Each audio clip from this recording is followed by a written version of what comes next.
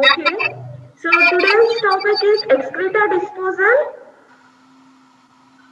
So we discussed little bit about this topic in last class. I just gave you brief introduction about this, like what is the importance of excreta disposal, how it is like classified, what are the various ways of excreta disposal. All those things were I just given a very little bit of introduction about those things. So with the same thing, continuation of that. So in this class, I will expect you to learn what is the public health importance of safe excreta disposal, how various diseases can get transmitted through fecal, through improper disposal of excreta, what is meant by sanitation barrier, what are the various ways of excreta disposal? Like there are so many different methods of safe disposal of excreta. So it depends upon the type of availability of seaward areas and unseaward areas. So areas are basically divided into two ways, okay? Where seaward area is present and where unseaward area is present. Unseaward area means where there is no proper underground drainage system. Okay, suppose if you see in cities where there is a construction or availability of underground drainage system. Okay, so there we have different methods. So those are called as seaward areas.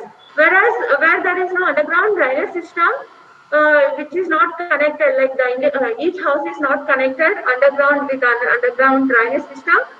We have different methods which comes under unseaward areas.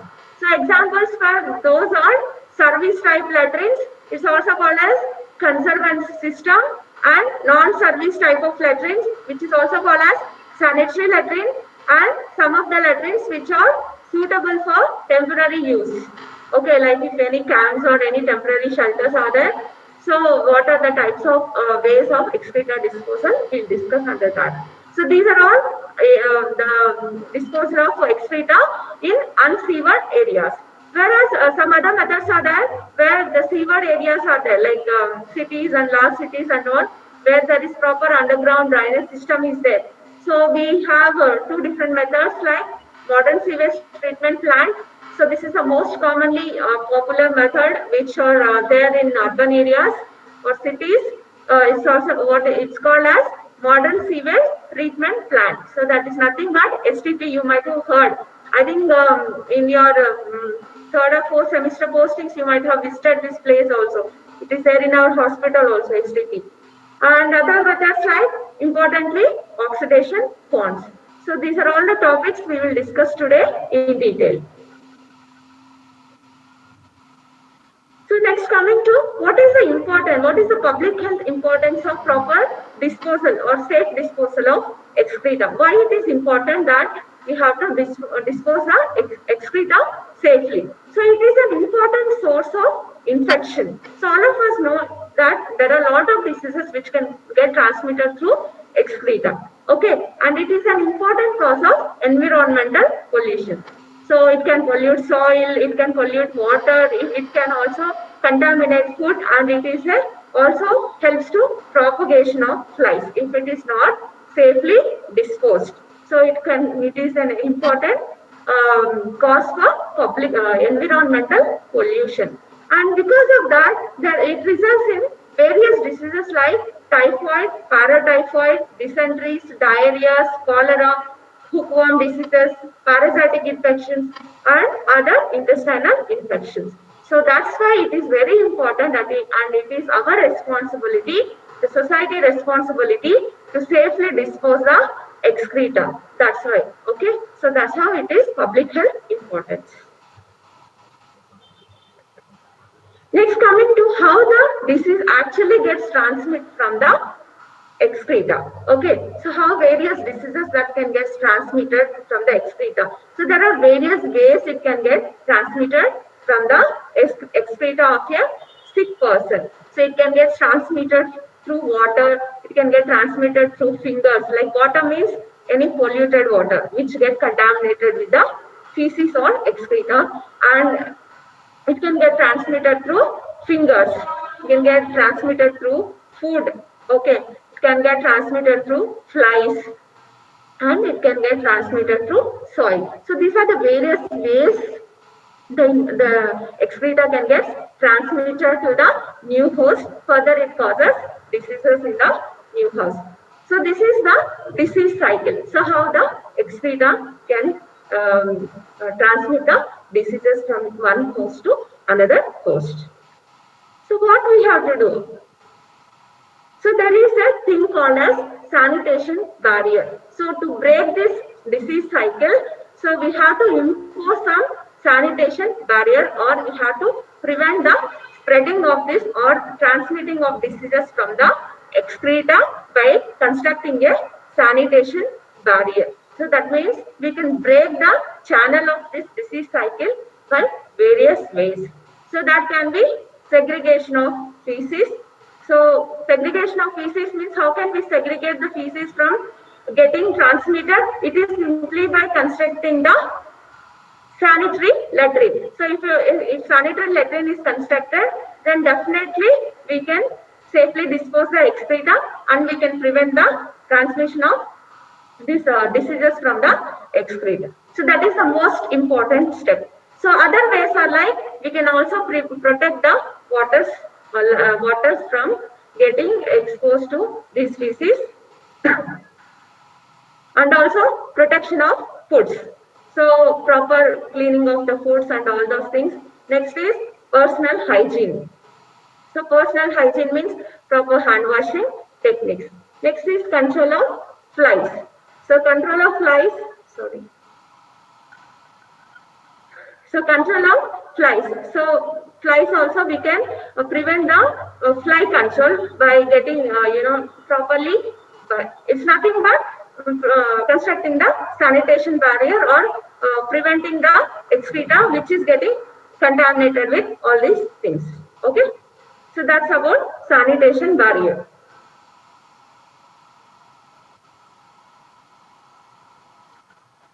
So next coming to what are the various methods of excreta disposal. Let's see. So various methods like it, as I told you already in the introduction. So just a minute, give me a minute. Just come back.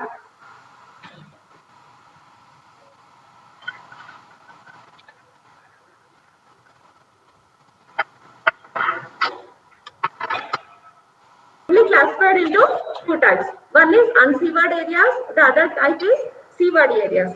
So what are the various methods which are available in unsewered areas? Unsewered areas means where there is no underground drainage system. So that different types are like service type latrines. One is conservancy system. Next is non-service type latrines. So which are also called as sanitary latrines. Okay. So examples under this are borehole latrine, duct well or pit well latrine, water seal type of latrines. So examples like PRAI or RCA type of latrines. Next is septic tank, then aqua prime. So these are all the various types. Whereas some of the other types which are also available, which are used mainly during any temporary things like any construction of temporary camps or any other things. So we have shallow trench latrines, deep trench latrines, pit latrines or borehole latrines. So all these comes under unsewered areas where there is no underground drainage system.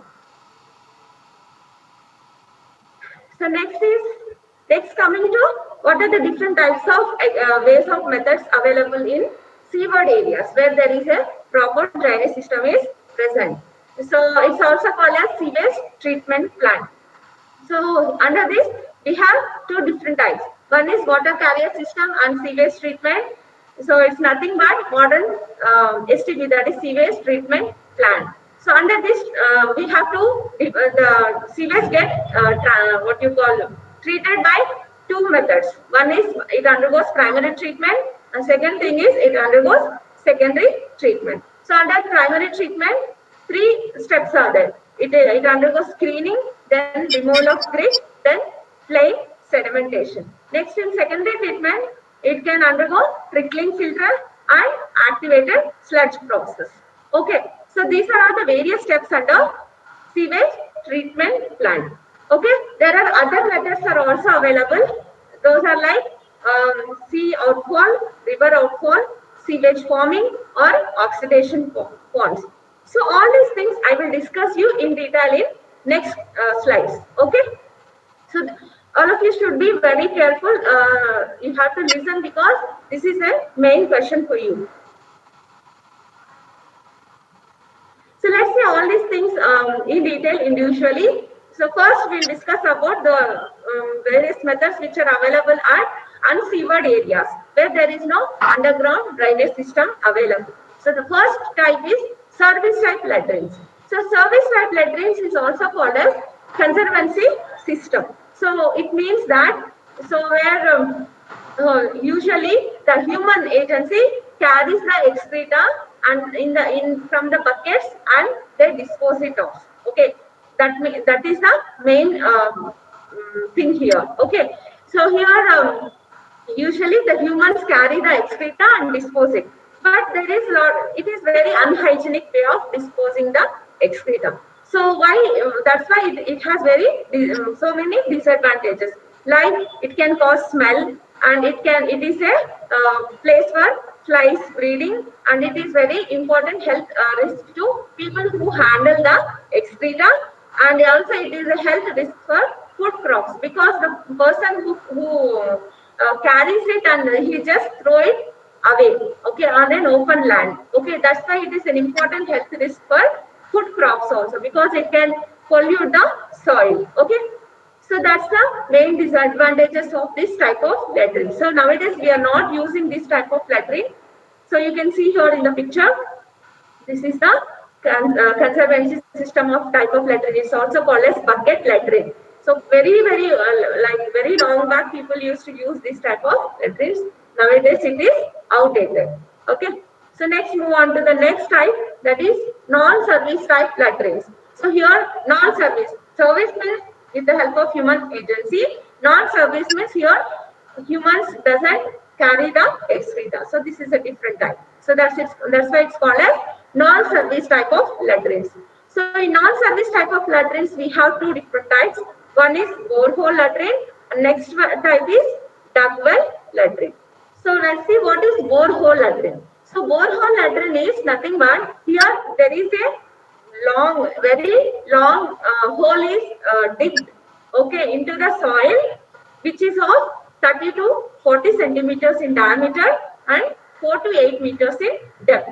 Okay, so diameter is of 30 to 40 centimeters. So you can see in this picture, so the diameter is of 30 to 40 centimeters and the depth is of 4 to 8 meters in depth, and this hole, on top of the hole there is a squatting plate. So you can see here there is a black squatting plate. So the squatting plate is present. Above that there is a footrest, okay, to sit on and squat. Okay, so that is footrest, and this is closed by a concrete enclosure. So these are the various parts of this borehole latrine. So borehole latrine is nothing but there is a very long hole is dug into the soil, which is of 30 to 40 centimeters in diameter and 4 to 8 meters in depth, and on top of the hole there is a squatting plate and which contains footrest to sit. Okay, and then it is properly closed by concrete enclosure. So this is the structure of borehole latrine. Okay. So next is duct well latrine. So duct well latrine is exactly same like borehole latrine. Only difference is the measurements, size of the well. Okay. So size of the latrine. So here the diameter is just double to the borehole latrine, that is 75 centimeters in diameter, and depth is of 3 to 3.5 centimeters in deep. So that's the only difference between borehole latrine and duct well latrine. So next type is water seal type of latrines. So examples are PRAI or RCA type. So this is something like more advanced than the previous borehole latrine or duct well latrine. So this is little bit more advanced.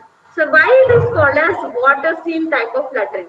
Because here there is a seal of water that is present, that prevents the accessibility of excreta to the flies, and also it prevents the odor which comes out from the excreta. So superficially, the hole is covered with water. Okay, that's why it is called as water seal type of latrines. So here you can see in this picture. So this is the latrine. Okay, so it is covered by with water. This why this water is present here, because there is a structure which makes the water to be available at this place. Okay, so that's called as trap. So this is the U-shaped bend is there. That's why the water gets sealed, and it prevents the bad odors which comes out from the excreta, and also it prevents the access of excreta to the flies. So let's see what are the structures here. So it has a squatting plate with footrest. So usually the squatting plate is, you can see in this picture, it is more clear. So this is the squatting plate here. So this squatting plate contains footrest, and then next immediately it has a pan. So this pan, it collects the excreta, and then it is connected to a U-shaped trap. So in U-shaped trap, usually the water is preserved. Okay, and then it is connected with a connecting pipe. So this is the connecting pipe. Sorry. So this is the connecting pipe, and then it is connected to a duct well or borehole. So as I discussed in the last thing, the borehole, the similar structure only, but it is more advanced. More advanced. In what way? It has a water seal and a connecting pipe. So that means it is somewhat away from the duct well. So whole structure, the squatting plate, that in a duct well, you have seen the squatting plate is placed above, just above the above this thing, right, on the duct. But here it is present away from it, and because why it is away, why it is constructed away, because just to seal it with water. Okay, so that we can prevent the flies getting access to the excreta, and also prevent the bad odors that comes out from the excreta. So this is the whole structure of the water seal type of latrine. Same pictures are given in both the ways. So this is a water closet. So this is a water seal that is present in a U-shaped trap, and then that is connected to a connecting pipe, which is connected to a duct well or bore well. That's called pit. Okay. So these are the various parts of a water seal type of latrine. Examples can be PRAI or RCA type. So next is the other type, I think all of you must have known, that is septic tank. So septic tank, where we use septic tank usually. So where there is no access to the public sewerage system, as I told, in cities and all, we have proper underground drainage system. But those underground drainage systems are usually not available in villages and small towns. Okay, so there you might have commonly seen this septic tanks. So what is this septic tanks and how exactly it works? We'll see. So this is a septic tank, which is a capacity of 500 gallons. So it can able to hold the excreta of 500 gallons, and it has a length 2 times to that of the breadth. So it is basically a rectangular tank. So length is of 2 times more than the breadth, and depth is 5 to 7 feet in depth. Okay, and inside the septic tank, so there will be a liquid depth. So up to 4 feet there should be liquid present, and a little bit of space should be left for the air. Okay, that space is called as air space, which is of 1 feet, and then it is covered with a concrete slab. So these things are important.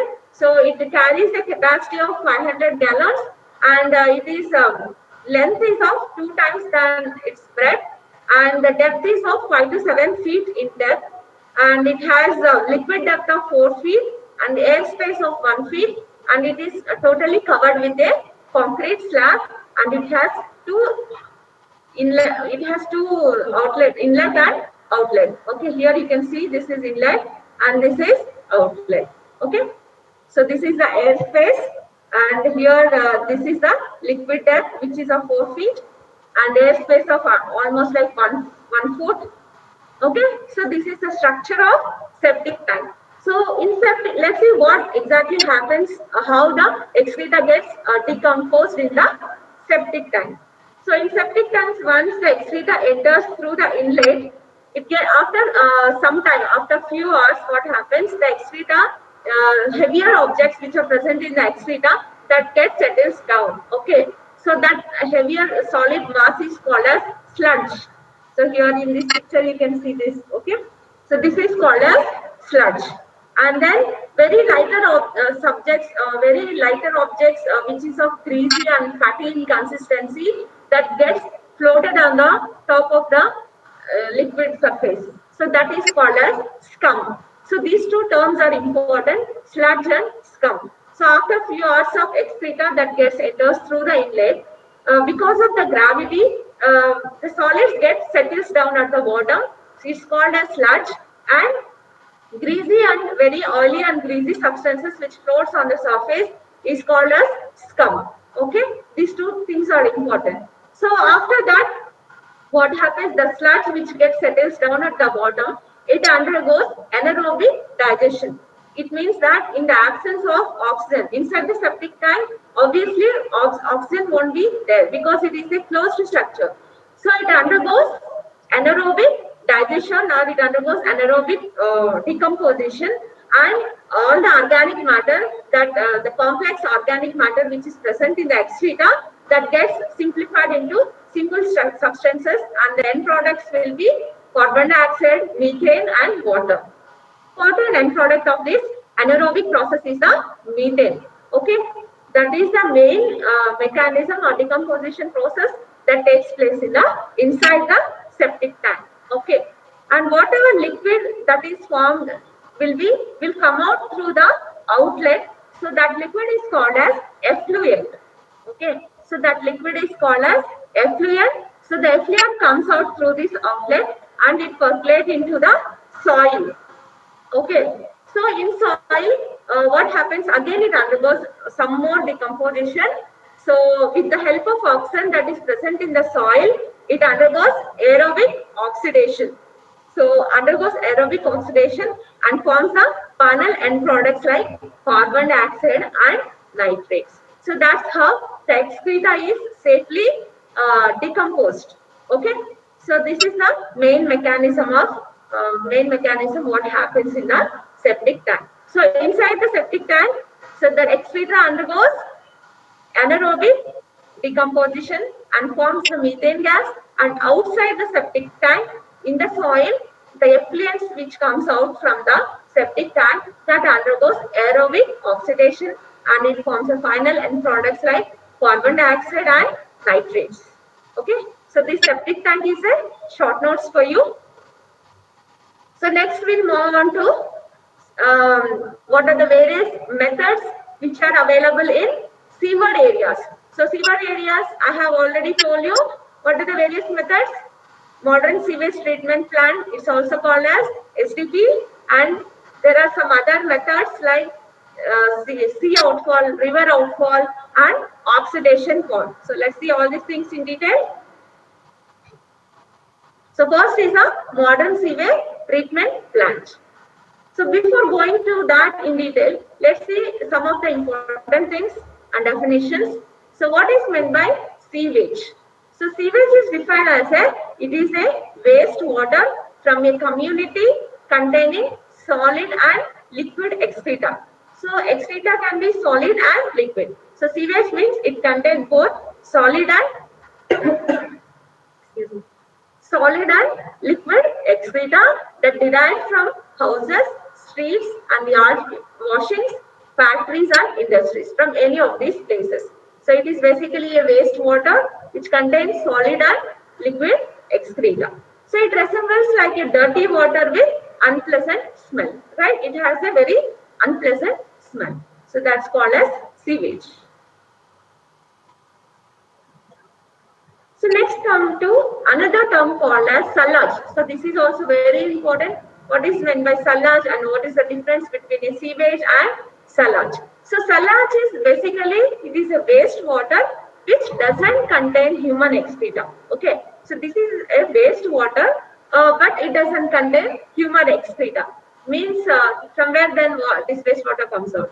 So this waste water comes out from the kitchen and wash areas like bathrooms. So this doesn't contain human excreta, and whatever the waste water which comes out either from the kitchen or bathroom, it is called as sludge. So this in Viva they will ask you what is meant by sewage, what is meant by sludge. So sewage is the solid and liquid excreta, whereas sludge is a water, waste water that comes out from the kitchen and bathrooms. So you should know the difference between these two things.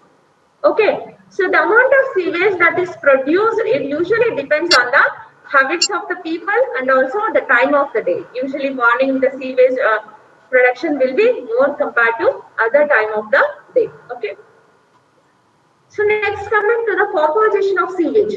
So what exactly the sewage contains? So it contains 99.9% of water and 0.1% of organic and inorganic matter. So out of 100, almost 99.9% is water, and remaining 0.1% has organic and inorganic matter. Along with that, most importantly, it has millions of microorganisms in it. So this all constitutes the sewage. So sewage contains 99%, 99.9% of water, 0.1% organic and inorganic matter with millions of microorganisms. So this all constitute and forms the sewage. So it is estimated that 1 gram of feces may contain about 1000 millions of E. coli, 10 to 100 millions of fecal streptococci, and 1 to 10 million spores of Clostridium perfringens, besides several other organisms. So basically, majority it contains almost like 1000 millions of E. coli. E. coli is the most common microorganisms which is abundantly present in the sewage, which we already discussed previously. Okay. So next coming to the what are the health aspects related to this sewage. So if the sewage is not disposed properly, it can creates nuisance and unpleasant odor. It also a breeding place for flies and mosquitoes, and it can pollute the soil and water supplies. It contaminates the food, and it increases in the incidence of disease, especially enteric and helminthic diseases. So which all these points I already told you in the beginning, right? Okay. So this is the sewage treatment plant.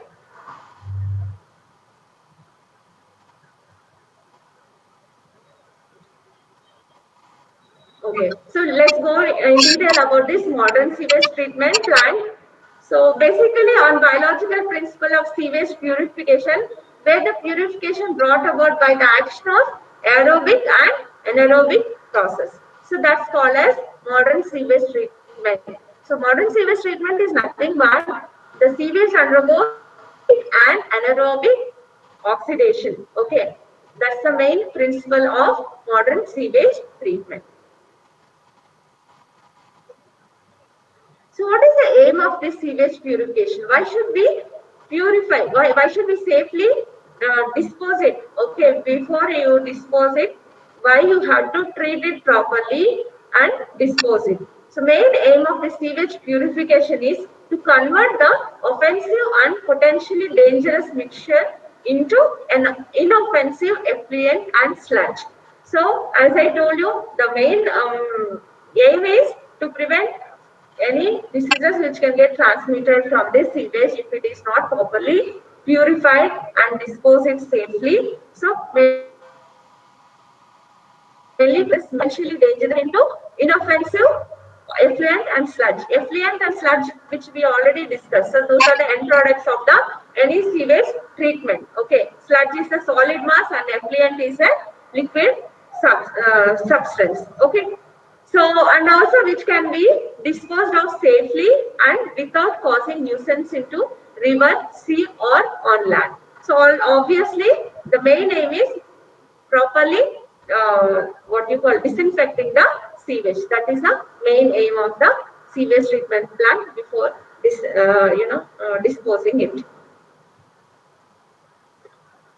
So let's see what are these aerobic and anaerobic processes. So aerobic process is nothing but presence of oxygen. Anaerobic means absence of oxygen. So aerobic process, it requires a continuous supply of free dissolved oxygen for the aerobic microorganisms to break the organic matter into simpler substances such as carbon dioxide, ammonia, water, nitrate, nitrites and sulfides. So what happens here is the organic matter that is present in the sewage that breaks down into carbon dioxide, ammonia, water, nitrites and nitrates in the presence of oxygen. So that process is called as aerobic process. So next is the anaerobic process. So anaerobic process takes place in the absence of oxygen. So the final end products can be mainly methane, along with that ammonia, carbon dioxide and hydrogen. So the methane gas is the main final end product of anaerobic process. So this I already told you in septic tank. So another important thing is a biological oxygen demand. So what is meant by biological oxygen demand? So it is an indicator for organic content of the sewage. That means how much organic content that is present in the sewage. Okay, it is nothing but it is the amount of oxygen that is absorbed by a sample of sewage during a specified period. Generally takes it as 5 days at a specified temperature, usually 20 degrees, for aerobic digestion. Means amount of oxygen that is taken up by the organic matter that is present in the sewage, we have to check. So that is called as biological oxygen demand. That means the oxygen that much is required to decompose the organic matter into safely the safe end products, as you have seen in aerobic digestion. Okay, so the end products can be carbon dioxide, water, nitrates, ammonia, all those things. The amount of oxygen that is required to decompose the organic matter that is present in the sewage is called as biological oxygen demand. Okay, so the most important test carried out on this is the most important test which is carried out on sewage to identify how much organic matter that is present in the sewage. Okay, usually if the BOD is 300 milligrams per liter, it's nothing but 300 ppm or above that, then it is called as it's a strong sewage. And if it is less than that, if it is less than 100 milligrams per liter or 100 ppm, it is called as weak sewage. So that's how biological oxygen demand is important to measure the organic matter that is present in the sewage. Okay. So next, coming to what are the steps which are there in the modern sewage treatment plant. We'll see. From here it is important. So basically it undergoes the excreta or sewage undergoes purification in 2 stages. One is primary treatment, the other one is secondary treatment. So primary treatment is nothing but in primary treatment there will be anaerobic digestion or anaerobic decomposition. Okay. Through process called as screening and sedimentation. Whereas in secondary treatment, the sewage undergoes what is called as aerobic oxidation. So 2 things are important here. In primary treatment, the sewage undergoes anaerobic decomposition, whereas in secondary treatment, the sewage undergoes aerobic decomposition. So that is the main things which happens in these 2 stages. So first we will discuss about primary treatment. So what is this primary treatment? So primary treatment, it can undergo in 3 ways. One is the sewage first, it undergoes screening and then it enters into grit chamber and then it enters into primary sedimentation thing. Okay, so primary treatment has 3 different tanks. One is screening tank, then grit chamber, then primary sedimentation tank. Whereas in secondary treatment, so the effluent which is formed in the primary treatment that undergoes aerobic oxidation, which I told you already, through 2 important methods. One is trickling filter method, then activated sludge process. Either of these two methods we can use. And the final step under secondary treatment is secondary sedimentation process. So these are the two things which can happen. One is aerobic oxidation that can take place by either trickling filter method or oxidation sludge process, and finally it undergoes secondary sedimentation. So these are the two steps under secondary treatment. So this is the whole structure of sewage treatment plant. So as I told you, it has two important stages. One is primary treatment and this is a secondary treatment. Under primary treatment, it has three different tanks. So first sewage enters into the screening tank. From there it enters into grid chamber and then it undergoes primary sedimentation in primary sedimentation tank. So these three structures are present in primary treatment. The next is the secondary treatment. So secondary treatment, the first chamber is the biological treatment where it can undergo trickling filter or activated sludge process. Any of these things can happen. That is nothing but aerobic oxidation. And finally, it enters into the final sedimentation tank. Okay. So these are the two important steps in secondary treatment, and the effluent that is formed here. At the end of any treatment, two things will form. Okay, one is the solid mass that is called as sludge, and the liquid matter it is called as effluent. So two things will be formed. It's the same thing which I already discussed in septic tank also. So let's see these things in detail.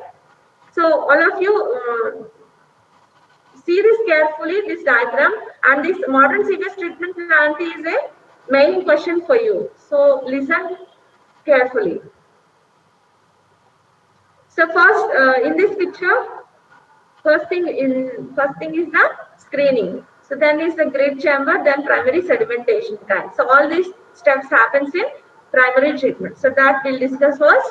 So first is the screening. The sewage arriving at the disposal work is first passed through a metal screen which intercepts large floating objects such as piece of wood, rags, masses of garbage and dead animals. So screening is basically, it blocks whatever heavier substances which are present in the sewage or excreta. So that can be pieces of wood, rags, mass of garbage or any dead animals. First, these things should be screened or filter it off. So what is the main purpose of this is, it prevents the unnecessary clogging for this sewage treatment process. That's why first we have to screen off all the heavier substances which are present in the excreta or sewage. Usually this screening iron bars, okay, through that or these heavier objects can get filtered off. So you can see in this picture, so here you can see these are the steel bars or iron bars which are present. These screens or filter off all the unnecessary substances which clogs the sewage process. Okay, it can be dead animals or it can be any plastic or any other substances. Okay, so that is the first thing that happens in this primary treatment. The next is the grid chamber. So grid is nothing but any sand or gravel. Okay. So this chamber is basically, it is a very long and narrow chamber, usually 10 to 20 meters in length. Okay, very long and narrow chamber. So what happens is, once the sewage that comes out from the screening chamber, it enters into the grid chamber, where it allows or settles for few hours in this chamber, and whatever solids which are present in excreta that gets settles down at the bottom. So that can be sand or gravel, any soil substances which are present. So that gets settles down. Those substances are called as grid. That's why it is called as grid chamber. Okay. So the next thing is, after filtering this or after final settlement of this sand and gravel, the goes into the next chamber that's called as primary sedimentation tank. So this is the grid chamber. If you see, it is a very long chamber of 10 to 20 meters in length. Okay. So this one, I think the picture is not very clear. You can see here. Okay. So next is primary sedimentation tank. So this is the last step in primary treatment. So here what happens is the organic matter that comes in enters into the primary sediment, excreta that enters into the primary sedimentation tank. Here also it undergoes, it settles for few hours in this tank. So whatever solids which are present in that gets settles down. Okay. So that organic matter is called as sludge. Okay, and some amount of fat or grease that is formed and which is floated on the surface is called as scum. So same thing discussed in septic tank. Okay, sludge and scum. Sludge is the gets settles down at the bottom, and scum is the greasy and oily substances which gets floated on the surface is called as scum. So after formation of sludge, what happens is a small amount of biological action that takes place in the sludge or the organic matter which are present, that complex organic matter that breaks and forms into simple organic in the absence of oxygen. That means it undergoes anaerobic decomposition. Okay, simpler molecules of substances. Those are nothing but carbon dioxide, ammonia, methane, all these things. Okay, so that is the process what takes place in primary sedimentation tank. And then it also forms the liquid matter that is called as effluent that comes out from the primary sedimentation tank. So this is the primary sedimentation tank. So next, as I told you, next treatment is the secondary treatment. So secondary treatment where whatever effluent that comes out from the primary sedimentation tank that enters into secondary sedimentation, enters into a secondary treatment or biological tank. It's called as biological tank, where it can undergo prickling filter method or activated sludge process. So it is nothing but aerobic decomposition process can take place here. So how exactly it happens, we'll see.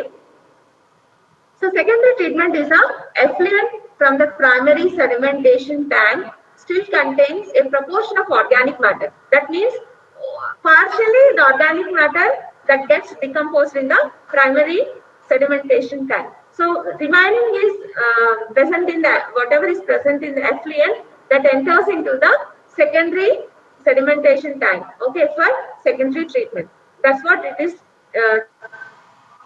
A portion of the organic matter that is present in the solution or effluent that contains numerous living organisms. So those living organisms require, the organic matter requires a lot of oxygen. Okay, so it has a high demand for oxygen and can convert the pollution of and it can cause the pollution of soil or water. That's why it is important to treat this with the help of following methods like trickling filter method or activated sludge process. That basically it undergoes aerobic oxidation. So first is this trickling filter method. So trickling filter method basically it has two important parts. One is the sand bed. So it contains sand bed, and another thing is it contains elongated pipes with holes. So two important things it has. Here you can see if the picture is clear. So this is the pipe. This pipe contains holes, and this what you call cross lines. This is the sand bed. So here what happens is the excreta or effluent which percolates through the pipes which contain holes. Through the holes, the excreta sprinkles on the sand bed. Okay, it sprinkles on the sand bed. So sand bed contains a lot of microorganisms or algae, bacteria and all. So whatever organic matter that is present, it undergoes oxidation. It undergoes in the presence of oxygen, it decomposes and it forms the simple molecules. So that can be carbon dioxide, nitrates, and so basically it undergoes aerobic decomposition. So the sand bed contains a geological layer. So it contains geological layer that is formed from algae or bacteria. So it takes up the organic matter present in the excreta that gets what you call sprinkled from the holes. Okay, that is catched up by the bacteria or fungi in the presence of oxygen. It undergoes aerobic oxidation. So that is the mechanism what happens in trickling filter method. So next is the activated sludge process. So this is little bit different from the trickling filter method. So in activated sludge process, what happens is instead of that sprinkling mechanism or sand bed, here what you call there is a chamber called as aeration chamber. So through aeration chamber, forcefully air is passed into that chamber which contain oxygen. So with that oxygen, the organic matter that is present in the excreta, it undergoes aerobic decomposition. So that's how it undergoes aerobic oxidation. So there is aeration chamber which contain lot of oxygen in that. Forcefully the air enters into that chamber and it undergoes aerobic oxidation. So that is the only difference between the trickling filter method and activated sludge process. So this is what happens exactly here. So at the end of this process, there are two end products which are formed. Again here, those are called as sludge and effluent. So here also it forms the sludge and effluent, but the sludge which is formed in this secondary treatment is little bit different from the primary treatment.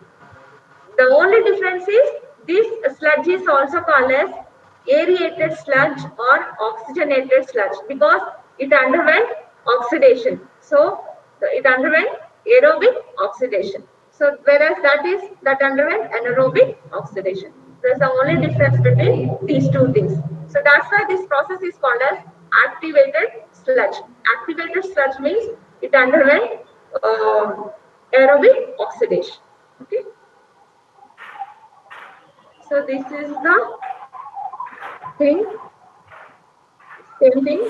So primary sedimentation from the effluent which comes from the primary sedimentation tank enters into this aeration tank. So in activated sludge process, that the chamber is called as aeration tank. So in aeration tank, the sewage stays for 6 to 8 hours.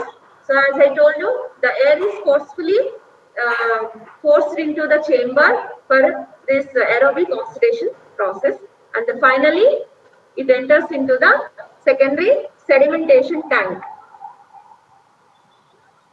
So secondary sedimentation tank, which I already discussed with you just now.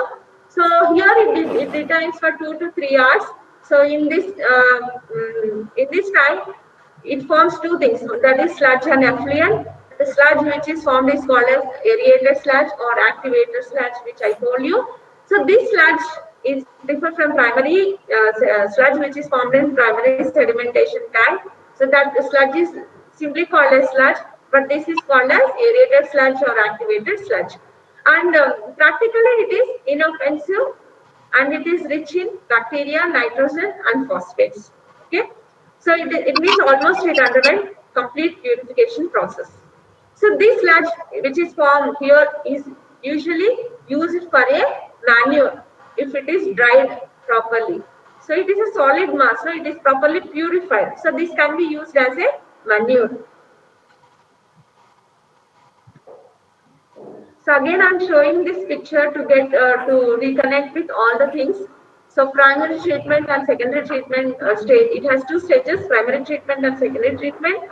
So primary treatment, it underwent three things like screening, grit chamber, and primary sedimentation. In primary sedimentation, it forms two things. One is sludge, and the other thing is effluent. So the effluent which is formed here, it enters into the secondary treatment process. Under this, the first is the biological treatment. In biological treatment, it can be what you call trickling filter method or activated sludge process, and then finally it enters into the final sedimentation tank where it gets settled down and forms sludge and effluent. The sludge which is formed here is called as aerated sludge or activated sludge, and the effluent that is formed here is disposed of. So let's see how these two things are safely disposed. The end products which are formed in the final sedimentation tank. One is the activated sludge or aerated sludge. The other thing is effluent. So how these two things are safely disposed? Let's see. So what are the various methods of sludge disposal that is formed at the end of the secondary treatment? So it can undergo digestion, or it can safely dispose by sea disposal or land disposal. So first is the digestion. So what is this digestion means? Usually the sludge, aerated sludge that is formed, which we incubate under favorable conditions, under some favorable conditions of temperature and pH. So it undergoes anaerobic autodigestion. So this sludge has to be incubated under favorable conditions of temperature and pressure. So it undergoes anaerobic autodigestion. So anaerobic means it undergoes autodigestion in the absence of oxygen, and obviously in anaerobic process, what are the end products? So end product will be basically the methane. So methane, water, carbon dioxide and ammonia. So this is one method of disposing the sludge. Okay. So next is the sea disposal. Sea disposal means simply throwing of the sludge into the sea. And next is the land disposal. So simply throwing the sludge into the normally on the lands. So these are the various ways we can throw the sludge. So now obviously we can dispose this sludge because it is completely purified and it is safe to dispose. It doesn't cause any diseases because it is properly treated and properly decomposed. Okay, so it is safe to dispose. So these are the various ways the solid that is formed here is disposed. Next is how the effluent, the liquid part that is formed is disposed of. We'll see. So the effluent can be simply, it can dispose by into the, we can let it go into the rivers or streams, or it can let it go into the land. Okay, we can just leave it onto the lands. So these are the ways we can dispose of sludge and effluent, those things which are formed at the end of this sewage treatment. Okay, so that's about the modern sewage treatment. I hope all of you followed this because this is very, very important topic for you and it is the main question for you. So next, coming to what are the other methods apart from modern sewage treatment plant? How can we dispose this sewage through sewer in the sewered areas? So it can dispose through sea outfall, river outfall, land treatment, oxidation pond or oxidation ditches. So this we'll see a little bit about these things quickly. So sea outfall means, so whatever that drains from where we collect all the sewage, instead of taking it into for proper treatment, what they alternatively do is directly they, whatever untreated sewage is there, they directly thrown into the sea. Here you can see the picture. This is a long drain, right? So directly they dispose the untreated sewage into the sea. Obviously, it is not safe method of doing it, but as people usually don't get access to the sea, so some of the cities they do this instead of doing this all this process like treating it and then throwing it, disposing it. Some cities they follow this method, sea outfall. Sea outfall is nothing but untreated sewage directly they thrown into the sea. Next is the river outfall. Same thing, they directly dispose the untreated sewage into the river. So this is the river outfall. So next is land treatment. It's also called as sewage forming. So some places you can see this untreated sewage can also be used for the forming purpose. So for propagation of some important some vegetable plants and all those things, some potatoes and all they grow in the sewage. So that is nothing but sewage forming. And again, this is not the safe way of disposing the sewage which is not treated, which is not purified. obviously, if people are get access to these farmings, so they get infected. And the last and important method is oxidation pond. Okay, so this pond is also called as waste disposal pond or redox pond or sewage lagoons. Okay, so this is the old method of purification of sewage, as very old method. So before this modern sewage plant or sewage treatment plant was not available, so previously sewage used to be purified through this method. So this method is called as oxidation pond, waste disposal pond or redox pond or sewage lagoons. So we in our country we have nearly 50 ponds. 50 oxidation ponds are working in our country. So these ponds are usually useful for a small communities. Okay, so what happens here? We'll see how the sewage gets purified through these oxidation ponds. So this is also important for you. It is a short notes question for you. Oxidation ponds.